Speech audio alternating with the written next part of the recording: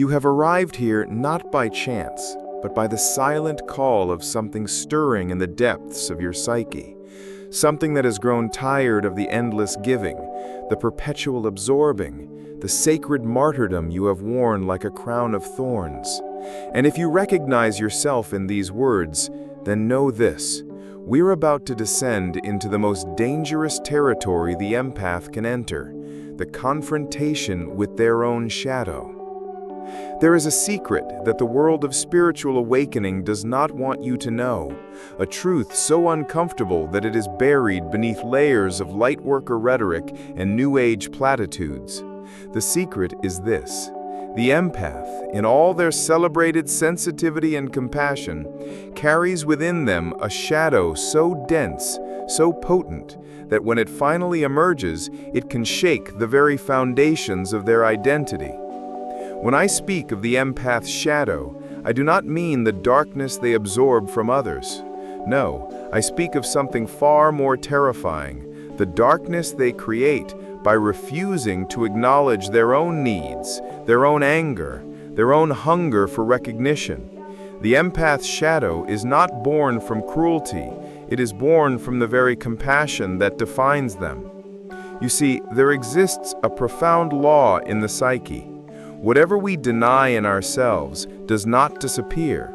It descends into the unconscious, where it grows in power, feeding on the very energy we use to suppress it, waiting for the moment to emerge with a force that can destroy everything we thought we knew about ourselves. And for the empath, this shadow carries a particular venom. It is the accumulated resentment of a soul that has given endlessly while starving itself. The genesis of the empath's shadow. To understand the empath's shadow, we must first understand how it is born. It does not emerge from a single moment of trauma or revelation. No, it is conceived in the slow, methodical process of self-abandonment that begins in childhood and continues throughout the empath's life.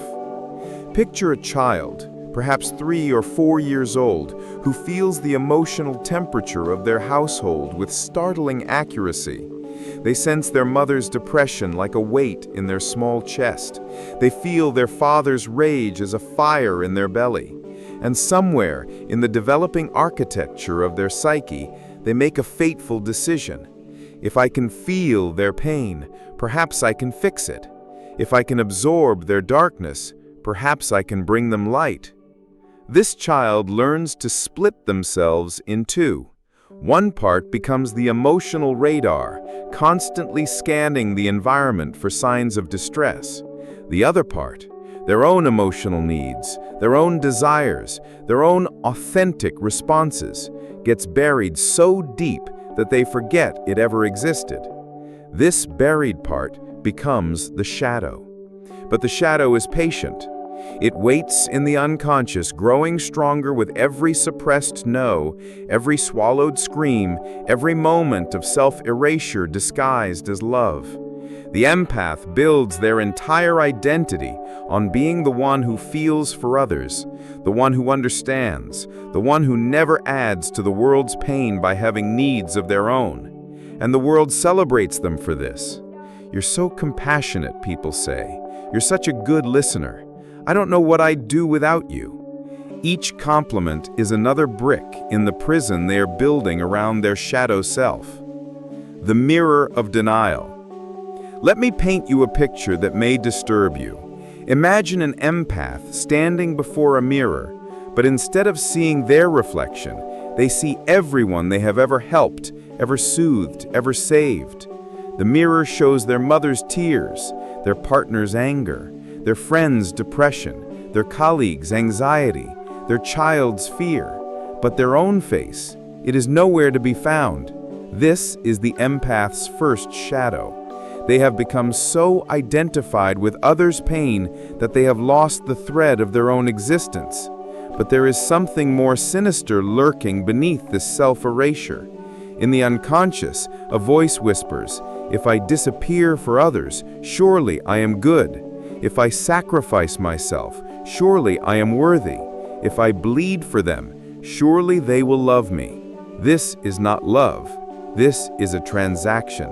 The empath's shadow feeds on the secret belief that their worth is measured by their utility to others. And what happens when this utility is no longer needed? When the wounded have healed and no longer require the empath's services? When the phone stops ringing with cries for help? When the dramatic relationships end and quiet, healthy people enter their lives? The shadow reveals its true face: rage, pure, undiluted rage, at having been taken for granted, at having been invisible, at having given everything and received nothing in return. This rage is so foreign to the empath's conscious identity that they often project it onto others. They begin to see enemies where there are none, betrayal where there is simply natural human limitation. They develop what I call savior's paranoia, the belief that people are using them, taking advantage of their kindness, exploiting their good nature. But the truth is far more uncomfortable. The empath has been using others' need for them to avoid facing the terrifying possibility that they might be worthy of love just as they are, without having to earn it through endless service. The seduction of martyrdom. There is a dark pleasure that lives in the empath's shadow, the pleasure of being needed. Oh, they would never admit this consciously. They speak of compassion, of service, of healing. But deep in the unconscious, there thrives an addiction to being irreplaceable. The empath's shadow whispers, "If I am not the rescuer, I am nothing. If I am not essential, I am nothing." The seduction of martyrdom runs deeper than conscious awareness. It promises the empath something their wounded inner child craves: permanent importance. As long as they remain the wounded healer, as long as they position themselves as the one who suffers for others, they can never be discarded, never be forgotten, never be seen as ordinary. But there is a price for this false security. The empath who becomes addicted to being needed develops what I call crisis magnetism. They unconsciously create or attract dramatic situations that require their intervention. They become so identified with their role as the healer that they cannot allow healing to actually occur. For if the wounded were truly healed, what purpose would the empath serve? This creates a toxic cycle. The empath enables the very dysfunction they claim to want to heal because their identity depends on being needed. They give advice that keeps people dependent rather than empowered. They offer comfort that soothes but never transforms. They become drug dealers of emotional support, keeping their clients addicted to their presence rather than helping them develop their own inner resources. And when this pattern is challenged, when someone they are helping begins to heal and no longer needs them, the empath's shadow erupts. They may sabotage the healing, create new crises, or simply move on to find another wounded soul to rescue. The addiction to being needed overrides any genuine desire to help. The rage beneath the kindness.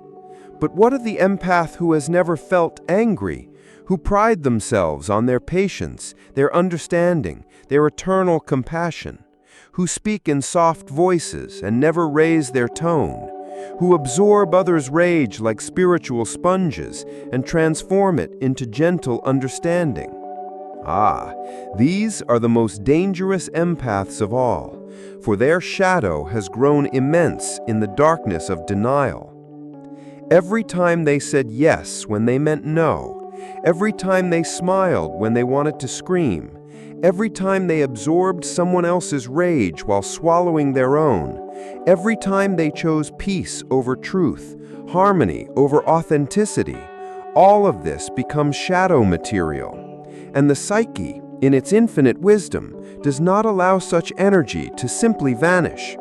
It transforms it, concentrates it, distills it into something far more potent than it would have been if expressed consciously. The empath's repressed anger becomes a poison that seeps into every relationship. It manifests as passive aggression, so subtle it's almost undetectable. The slight delay in responding to texts, the way they suddenly become too busy when someone needs them after taking them for granted, the martyr's sigh that speaks volumes, the way they remember every slight, every moment of being overlooked, every instance of their kindness being taken for granted, and file it away in their unconscious resentment archive. This suppressed rage creates what I call the saint's revenge. The empath who refuses to own their anger becomes a master of emotional manipulation, wielding their wounded innocence like a blade. They develop an arsenal of subtle punishments, the withdrawn warmth, the slightly disappointed tone, the way they make others feel guilty for having needs or boundaries. They become experts at making people feel bad for not appreciating them enough, for not reciprocating their level of emotional investment, for not being as sensitive or caring as they are. They develop a sophisticated form of emotional blackmail disguised as spiritual superiority. "I would never treat someone the way you're treating me" becomes their weapon of choice. The rage beneath the kindness is particularly toxic because it is unconscious. The empath genuinely believes they are not angry, even as their passive aggression poisons every interaction. They have convinced themselves that they are above such base emotions, that their spiritual evolution has transcended anger. But the shadow knows better. In dreams, this repressed anger often appears as natural disasters, floods, earthquakes, volcanoes. The psyche is warning the empath that the pressure is building, that the dam is about to burst, that all this suppressed energy must find expression or it will destroy them from within. Dreams of the shadow self. The unconscious speaks to empaths through dreams that they often dismiss or misinterpret. Let me share the symbols that appear again and again in the dreams of those who refuse to face their shadow. The empath dreams of drowning, not in water, but in blood, the blood of their own unacknowledged wounds. They dream of mirrors that show no reflection, of voices calling their name that they cannot answer because they have forgotten who they are. They dream of being chased by faceless figures who speak in their own voice, saying the words they have never dared to speak aloud. One of the most telling dreams is that of the false healer. The empath dreams they are performing surgery on others, but when they look down at their hands, they see they are bleeding from wounds they did not know they had. The patient on the table begins to heal, but the empath grows weaker, paler, more transparent, until they begin to disappear entirely. This dream is the psyche's warning. You cannot give what you do not possess, and you cannot heal others from a place of your own unacknowledged brokenness. Another common dream involves the empath standing in a vast library, but when they try to read the books, they find that all the pages are blank except for one book hidden in the shadows. When they open this book, it is filled with words they have never spoken, emotions they have never allowed, truths they have never acknowledged. This is the book of their shadow self, and it terrifies them so much that they wake up before they can read it. This door represents the threshold to their shadow self. The sounds behind it are all the emotions they have suppressed, all the aspects of themselves they have disowned. The dream is an invitation from the unconscious. Are you ready to meet who you really are beneath the mask of endless compassion? The integration crisis. When the empath finally sees their shadow, when the veil of self-sacrifice is pulled away, and they catch a glimpse of their own manipulation, their own neediness, their own hunger for control disguised as care, they enter what I call the integration crisis. This is perhaps the most dangerous moment in the empath's journey, For they are confronted with the shattering reality that everything they thought they knew about themselves is a lie. The integration crisis often begins with a single moment of clarity, a sudden recognition of their own shadow in action. Perhaps they realize they are angry that someone they helped didn't appreciate them enough. Perhaps they catch themselves feeling superior to someone who isn't as evolved as they are. Perhaps they recognize that they are drawn to wounded people not out of compassion, but out of a need to feel important. This moment of recognition is like psychological lightning. It illuminates the entire landscape of their relationships, their motivations, their carefully constructed identity. And what they see horrifies them. They begin to question everything. Was their kindness really kindness, or was it a sophisticated form of manipulation? Were they really helping others, or were they keeping them dependent to serve their own ego needs? Were they really as loving as they believed, or were they using love as a way to control and possess? Many empaths cannot bear this revelation. The cognitive dissonance is too great. They retreat back into their familiar roles, convincing themselves that their shadow observations were just temporary darkness, not truth. They throw themselves even more deeply into helping others, using service as a way to prove to themselves that they really are good people. But for those who have the courage to continue, who can sit with the unbearable knowledge of their own darkness without running away, something extraordinary begins to happen. The false self begins to crumble, and beneath it, they catch glimpses of who they really are beneath the mask of endless compassion. This process is not gentle.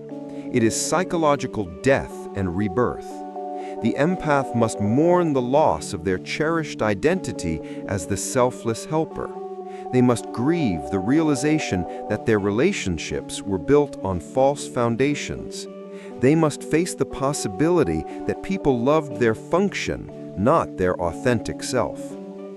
The integration crisis often manifests as a period of complete emotional numbness. The empath, who once felt everything, suddenly feels nothing. They look at people they once rushed to help and feel only emptiness. They consider the relationships they once cherished and see only the unconscious contracts. I will rescue you if you will need me. This numbness terrifies them. They worry they have become cold, selfish, unloving. But this is not the death of their capacity for love. It is the death of their addiction to being needed.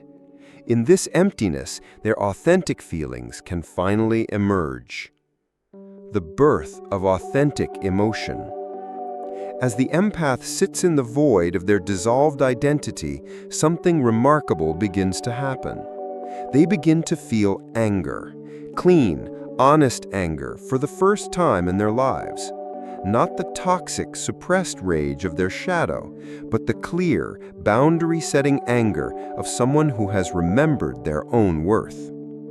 They feel angry at the people who took their kindness for granted, but more importantly, they feel angry at themselves for allowing it. They feel angry at the way they disappeared into others' needs, angry at the way they used their empathy as a way to avoid facing their own pain, angry at the years they spent being a false self. This anger is sacred.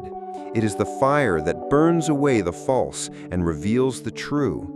It is the energy they need to begin setting boundaries, to begin saying no, to begin claiming their own life back from the altar of others' needs. But the anger is just the beginning. Beneath it, they discover other emotions they had forgotten they were allowed to feel. They feel sadness for the child who learned that love must be earned through service. They feel fear about who they will be if they are not needed. They feel excitement about the possibility of being loved for who they are, not what they do. And perhaps most surprisingly, they feel selfishness and discover it is not the monster they thought it was. Selfishness, conscious and boundaried, is simply self-respect. It is the recognition that they have needs, desires, preferences that are valid simply because they exist. The birth of authentic emotion is often accompanied by physical symptoms. The empath's body, which has been braced against feeling their own feelings for so long, begins to relax. Chronic pain may disappear as they stop carrying others' emotional burdens. Sleep improves as they stop lying awake worrying about everyone else's problems. Their immune system strengthens as they stop depleting themselves through endless giving. The paradox of conscious empathy. Here lies the great paradox that confounds those who witness the empath's shadow integration. The empath who faces their shadow does not become less empathic, they become more genuinely empathic.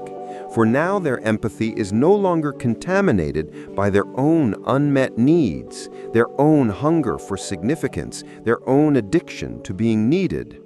This is what I call conscious empathy, empathy that includes the self. The empath learns to turn their gift inward, to feel their own emotions with the same tender attention they once reserved for others. They learn that self-compassion is not selfishness, it is the foundation upon which all genuine compassion is built. Conscious empathy operates from overflow rather than depletion. The empath who has integrated their shadow gives not because they need to be needed, but because they choose to share their abundance. They help not because someone's pain triggers their savior complex, but because they genuinely desire to be of service. The quality of their presence changes completely. Before integration, the empath's presence was hungry. It absorbed, it merged, it lost boundaries. After integration, their presence is nourishing. It holds space without taking on. It witnesses without absorbing. It offers strength without depleting itself. People notice the difference immediately, though they may not be able to articulate what has changed. The integrated empath no longer feels desperate or needy, even when they are helping. There is a groundedness, a centeredness that was absent before. They can sit with someone's pain without trying to fix it, without taking it on, without making it about themselves. This paradox extends to their relationships. The empath who learns to include themselves in their compassion becomes capable of deeper intimacy than they ever experienced before. Because they no longer need to be needed, they can love without agenda. Because they have faced their own shadow, they can see others clearly without the projections that once clouded their vision. The shadow as teacher. The empath's shadow, once integrated, becomes their greatest teacher.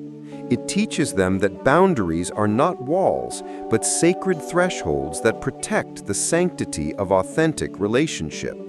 It teaches them that saying no to others can be saying yes to themselves, and that this is not selfish, but essential. The shadow teaches them to recognize the difference between empathy and emotional fusion, between compassion and codependence, between helping and enabling.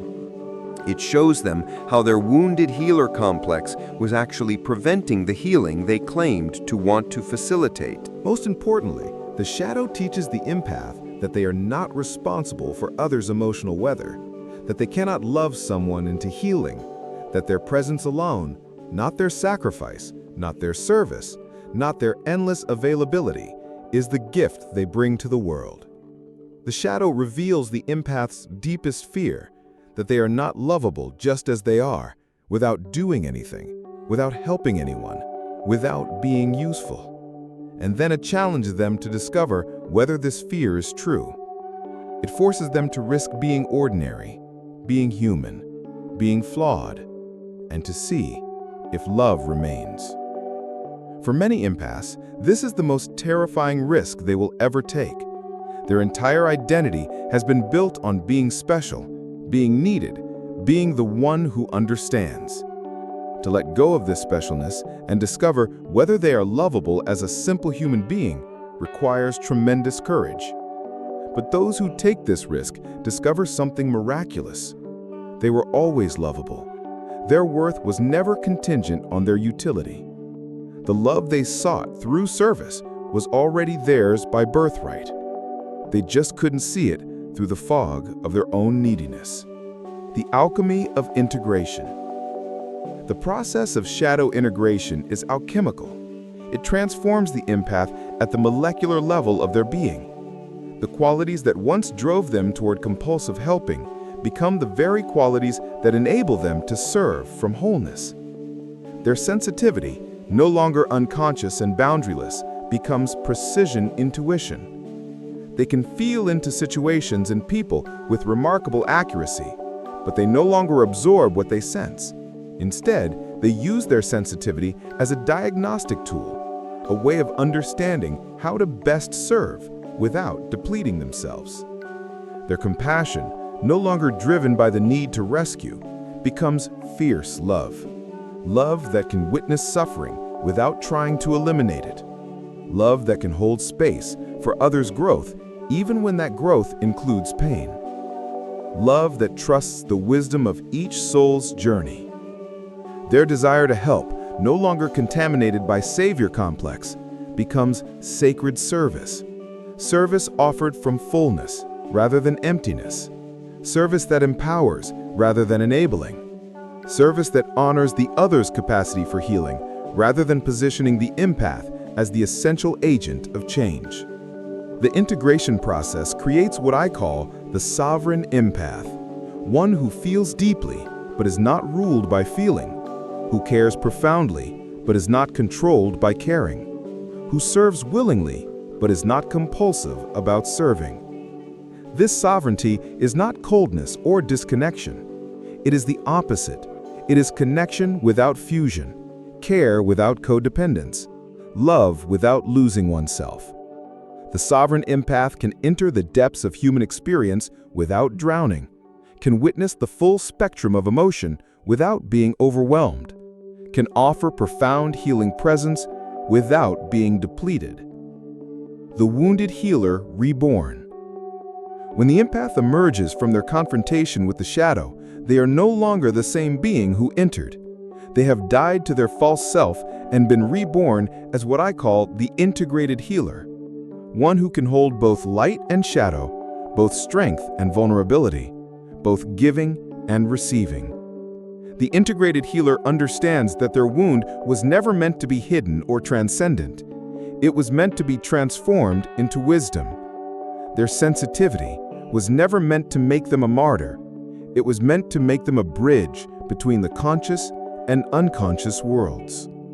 They no longer attract energy vampires and emotional parasites because they no longer vibrate at the frequency of self-abandonment. Their energy field has changed from porous and leaky to boundaried and strong. They draw to themselves people who are ready for genuine relationship, not those seeking someone to save them or carry their emotional burdens. The integrated healer no longer falls in love with potential because they have learned to love what is. They no longer confuse intensity with intimacy because they have tasted the quiet power of genuine connection. They no longer need to be needed because they have discovered they are wanted for who they are, not what they can provide. Their relationships transform completely. Where once they attracted the wounded and broken, now they attract the conscious and growing. Where once they gave compulsively, now they choose consciously. Where once they rescued, now they witness. Where once they absorbed pain, now they hold space for healing. The sacred wound. The empath's shadow work reveals something profound. Their sensitivity was never the problem. Unconscious sensitivity was the problem. Their caring was never wrong. Unconscious caring that excluded themselves was wrong. Their desire to heal was never misguided. Their belief that they could heal others by taking on their pain was misguided. The sacred wound of the empath becomes their sacred gift. The places where they bled become the places from which they can truly serve. But now, their service comes from overflow, not depletion.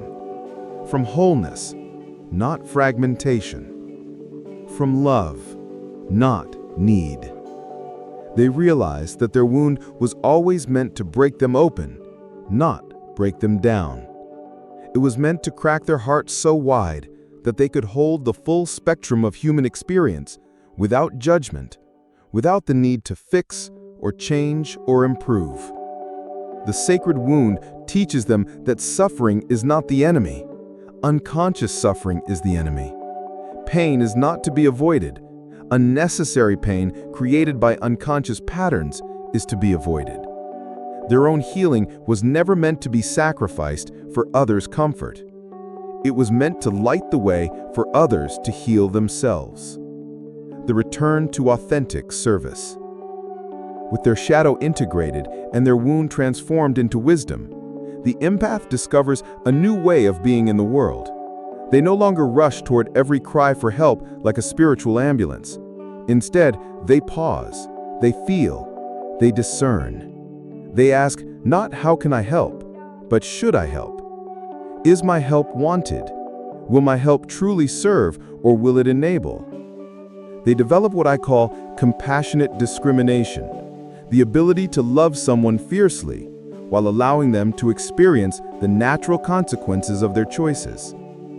This new way of serving shocks those who are accustomed to the empath's unconscious availability.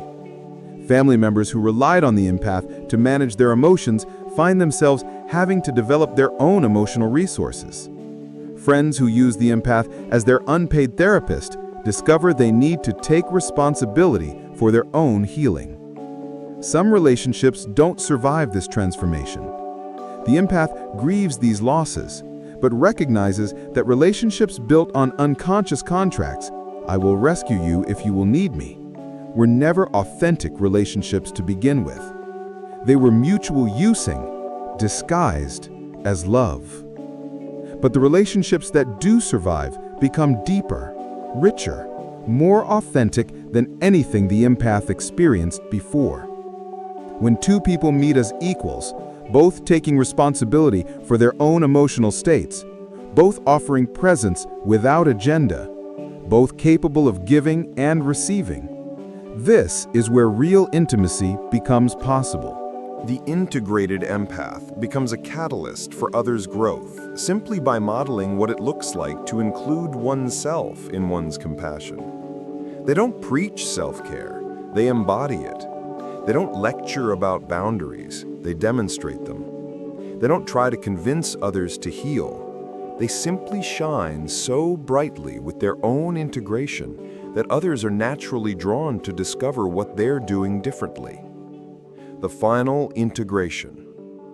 In the end, the empath who faces their shadow discovers that they were never meant to be a sponge for the world's pain. They were meant to be a prism, a clear, multifaceted consciousness that could take the white light of pure awareness and separate it into all its component colors, revealing the full spectrum of human experience in all its terrible beauty. The shadow work complete, the empath stands not as a savior, but as a sovereign being, not as a martyr, but as a mystic who has learned to transform suffering into wisdom. Not as one who absorbs the darkness, but as one who can illuminate it, witness it, hold space for it without being consumed by it. They have learned the most difficult lesson of all, that the greatest service they can offer the world is to be fully, authentically, unapologetically themselves. Not themselves as defined by their function as helper, but themselves as a complete human being with needs, wants, boundaries, and the sacred right to exist for their own sake. In their wholeness, others remember the possibility of their own. In their integration, others glimpse the path to their own healing. In their courage to face their shadow, others find permission to face their own. In their refusal to sacrifice themselves for others' comfort, they give others the gift of their own responsibility. The ongoing journey. Shadow integration is not a destination, but a way of traveling.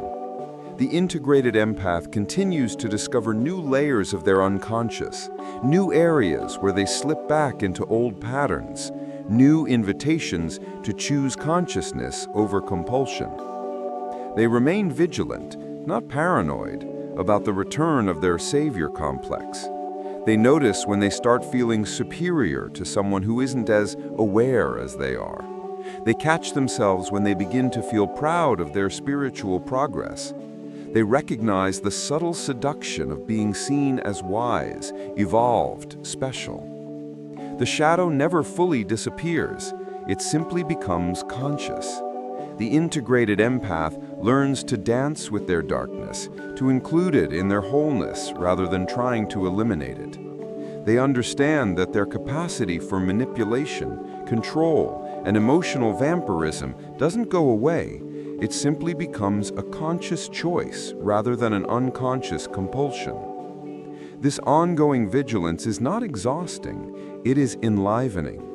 Each moment of choice between consciousness and unconsciousness, between authentic response and conditioned reaction, between love and need, is an opportunity to deepen their integration, to become more fully who they are. The call to descent. And so, to you who feel the stirring of recognition in these words, I offer this invitation: do not fear your shadow. Do not run from the anger you have swallowed, the needs you have denied, the selfishness you have buried beneath layers of false virtue, the manipulation you have disguised as love. The shadow is not your enemy, it is your completion. It holds the keys to your authentic power, your genuine compassion, your real capacity to serve from wholeness rather than woundedness. It guards the treasure of your true self beneath the dragon of your fears about being ordinary, human, flawed. Descend into your own underworld. Meet the parts of yourself that hunger, that rage, that demand to be seen and acknowledged. Honor them not as enemies, but as exiled aspects of your wholeness returning home after years of banishment. Face the uncomfortable truth that your empathy may have been contaminated by need, your service corrupted by the addiction to being needed, your love tainted by the fear of being abandoned. Do not turn away from these realizations in horror. Embrace them with the same compassion you once offered so freely to others. Understand that your unconscious patterns were not evil. They were survival strategies developed by a child who learned that love must be earned through service. Thank these patterns for how they served you, for how they kept you safe when you were vulnerable, for how they gave you a sense of purpose when you felt worthless. And then, with great tenderness, help them retire. They have served their purpose. It is time for a new way of being. The promise of integration. The promise that awaits on the other side of shadow integration is not the elimination of your sensitivity, but the sanctification of it. Not the death of your caring, but the birth of conscious compassion. Not the end of your service to others, but the beginning of service from wholeness. You will still feel deeply, but you will no longer drown in feeling. You will still care profoundly, but you will no longer be controlled by caring. You will still serve others, but you will no longer sacrifice yourself in the process. You will discover that you are not responsible for healing the world's pain, but you are responsible for not adding to it through your unconsciousness. You will learn that the most radical act of service is to become so whole, so integrated, so authentically yourself that you give others permission to do the same. The integrated empath becomes a lighthouse, not desperately shining their light to save ships from crashing, but simply standing in their truth, anchored in their wholeness, allowing their light to shine naturally for those who are ready to see it. In this integration, you do not lose your empathy. You finally learn how to aim it with the precision of one who knows their own worth, their own boundaries, their sacred right to exist as more than a vessel for others' pain.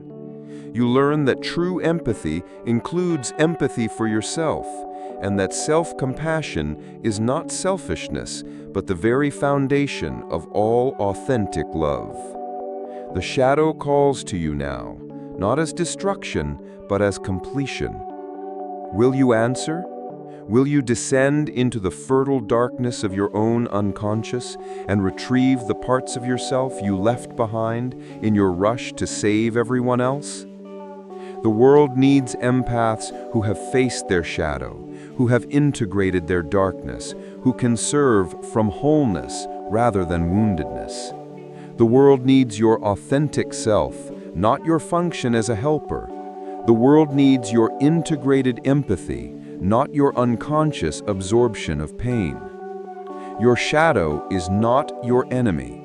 It is your greatest teacher, your deepest wisdom, your most profound gift to yourself and to the world.